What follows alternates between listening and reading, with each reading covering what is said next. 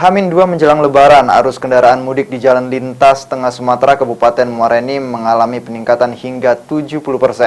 Dengan peningkatan ini membuat petugas harus mewaspadai titik-titik rawan macet yang berada di perlintasan kereta.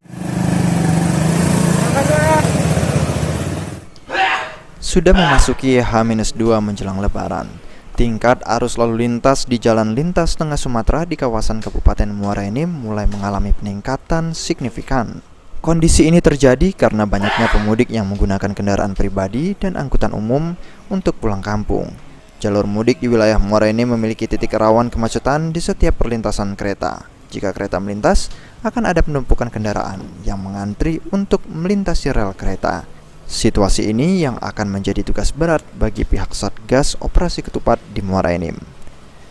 Dari keterangan Kasat Lantas Polres Muara Enim, AKP Siswandi, memasuki 2 hari menjelang Lebaran, ada kenaikan volume kendaraan yang sangat signifikan dibanding hari sebelumnya.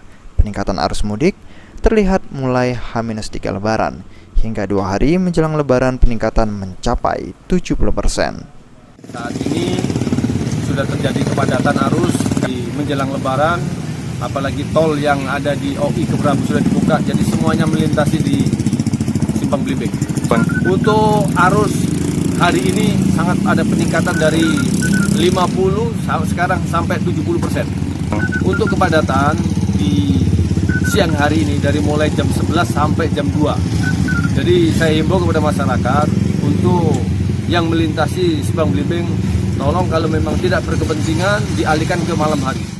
Untuk puncak arus mudik akan datang 1 hari menjelang Lebaran. Pasalnya akan banyak masuk kendaraan pemudik yang melintas di wilayah Muara Enim baik dari arah Palembang dan juga dari arah Lampung.